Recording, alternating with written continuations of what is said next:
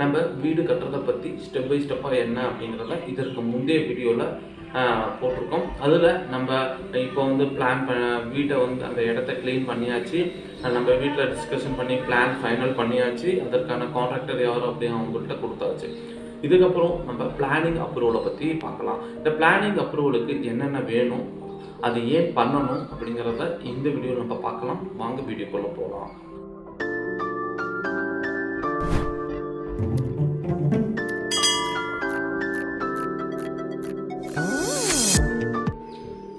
இப்போது நம்ம planning approval, இந்த பிளானிங் அப்ரூவல் அப்படிங்கிறது அவசியமா அப்படின்னு கேட்டிங்கன்னா ரொம்ப ரொம்ப அவசியம். இந்த பிளானிங் அப்ரூவல் கிராமமாக இருந்தால் பஞ்சாயத்துலேயும் முனிசிபாலிட்டியில் நம்ம ஆன்லைன்லேயும் அப்ளை பண்ணி வாங்கணும். இந்த பிளானிங் அப்ரூவல் நம்ம ஏற்கனவே பண்ணியிருக்க பிளான் வந்து சரியாக ஃபைனலாக ஆனதுக்கப்புறம் தான் இந்த பிளானிங் வேலையில் இறங்கணும். இந்த பிளானிங் வந்து இதற்குன்னு தனியாக இன்ஜினியர்ஸ் அதெல்லாம் இருக்காங்க, அவங்கள்ட்ட கொடுத்து இந்த வேலைகளை செய்து முடிச்சுக்கலாம்.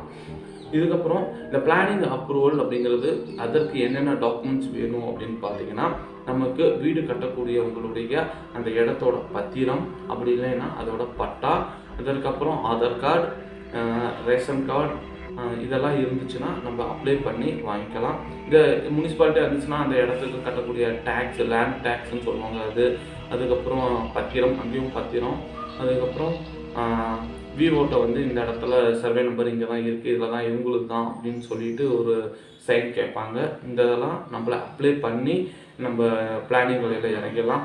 பிளான் எதற்கு அவசியமா அப்படின்னு கேட்டிங்கன்னா ரொம்ப ரொம்ப அவசியம்தான். இந்த பிளானிங்க்கு எவ்வளோ செலவாகும் அப்படின்னு பார்த்தீங்கன்னா, பஞ்சாயத்தாக இருந்துச்சுன்னா அந்த ஒவ்வொரு பஞ்சாயத்துக்கும் வந்து ஸ்கொயர் மீட்டருக்கு இவ்வளோ அமௌண்ட் அப்படின்னு செலக்ட் பண்ணி வச்சுருக்காங்க. அப்புறம் லேபர் வெல்ஃபேர் ஃபண்டுக்கு நீங்கள் கொடுக்கக்கூடிய எஸ்டிமேஷனில் 1% லேபர் வெல்ஃபேர் ஃபண்டுக்கு போகும். அதை நம்ம பே பண்ணுற மாதிரி இருக்கும்.